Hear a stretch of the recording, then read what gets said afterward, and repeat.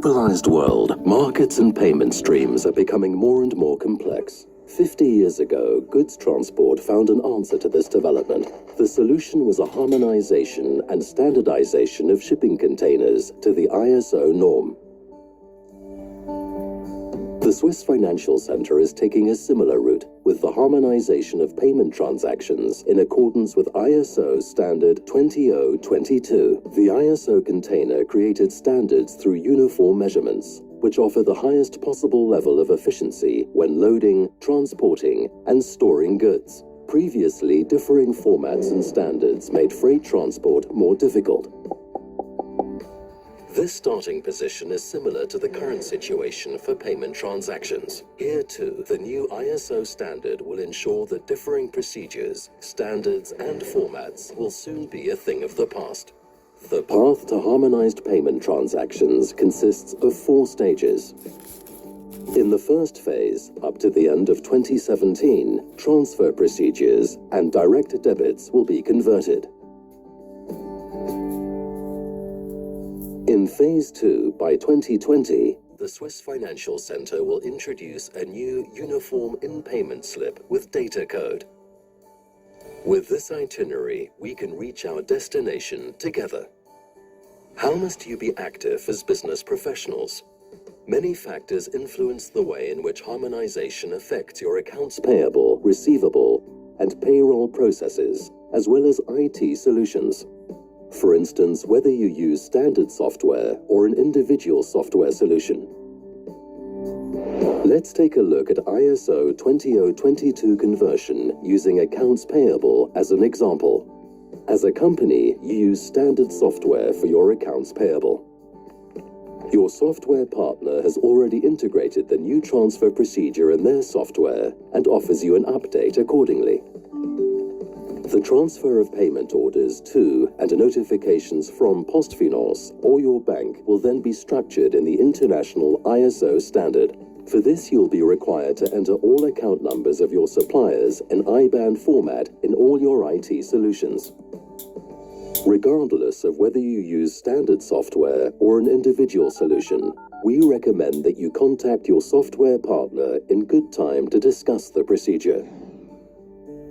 Just as the success of containers managed to make freight transport more efficient, so too will the new ISO 20022 standard for payment transactions in Switzerland.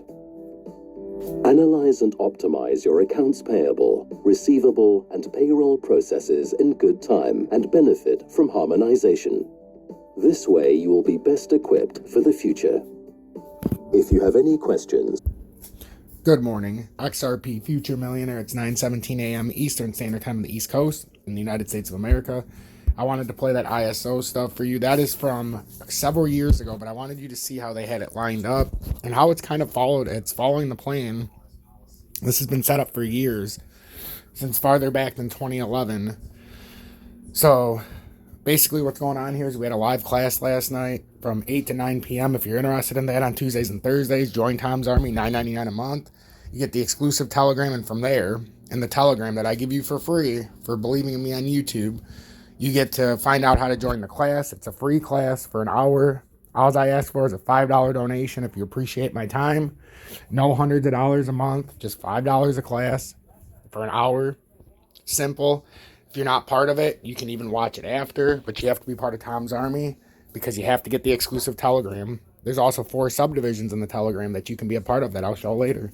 So what we talked about in the class was that we're going to have a market-wide run-up. It might only be 5 to 10%. We were doing a bullish divergence in the 30-minute, which I said once we complete those, for the most part, this will likely be done. It'll cap any upside. So let's just go over the main ones. Bitcoin up 2.17%. My thinking is that Bitcoin would end up at 39,849, which we're almost there right now. In the 30-minute, the RSI is getting a little high into the overbought, so that's why we retraced a little bit in the 4-hourly. And I'm sorry I'm on my phone, but I turned this sideways so it'd be easier to see.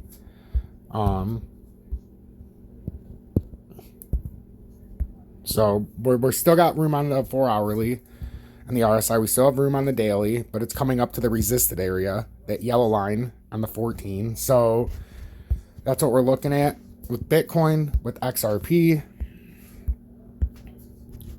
We thought XRP, and it finished off its bullish divergence in the 30 minutes. So this is where it can get dangerous. Now we've hit the 72.22 resistance. I had a targeted move up to about 75 cents that I thought it could hit at before it capped any upside. So that's what we're looking at with XRP. I think we have a really good shot at, finishing this off if we want to extend the head. Now, if you look at the volume in the 30 minute, we were getting greater volume in the 30 minute. So that's a bullish move. That's more bullish until we got to the top here at the resistance. But it doesn't look like this move is done. I believe we went through the bullish divergence to come up a few more cents still, but it obviously all depends on Bitcoin. XLM, same deal. We finished, trying to finish off its bullish divergence, but it was behind XRP. For this to finish off, though, we were thinking it would have to come up to, we don't know if 19, it's going to have to at least come up to 19.4, but likely 201.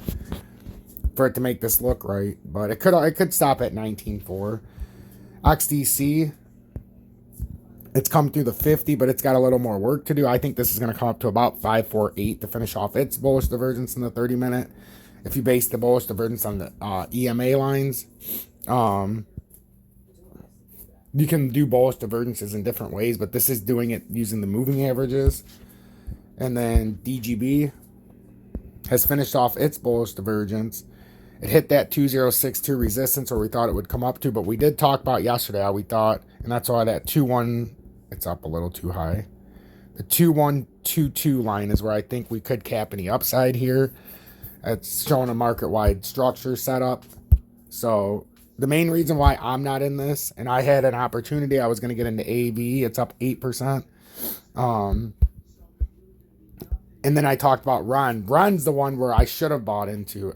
Truth be told, I told everybody how Ren likes to run up and overachieve, and that's what my prediction was, and it's practically come all the way up to that point and more. And obviously, I wouldn't have been a part of the whole. It was like 29.7 area, so it would have been better than 10%. I could have woke up to. No way of knowing that, but it's definitely one we talked about in the class. But my whole thing is when we get these 5 to 10% moves, if they're not the 15 to 20% caliber, which I didn't think this had any chance of being 15 to 20, I thought maybe a 5 to 10% move. Most times I won't even sniff at it. I won't, unless I'm extremely bored and I am just waiting to get into a trade and I'm just dying to get into a trade. I won't make these trades because of the short-term sell. You got a major crypto tax when you sell these. And to make 8 or 9% and have to continuously deal with the taxes, the in and out fees, which are going to cost you about 3% on crypto on the in and out. I always average 3%. And then you got taxes on top of that. And then you've got the short-term sale for not holding it for a year and yada, yada, yada. That 5 to 10% becomes very minute. XRP Future Millionaire, an understanding of the way things work will help you better make trading decisions.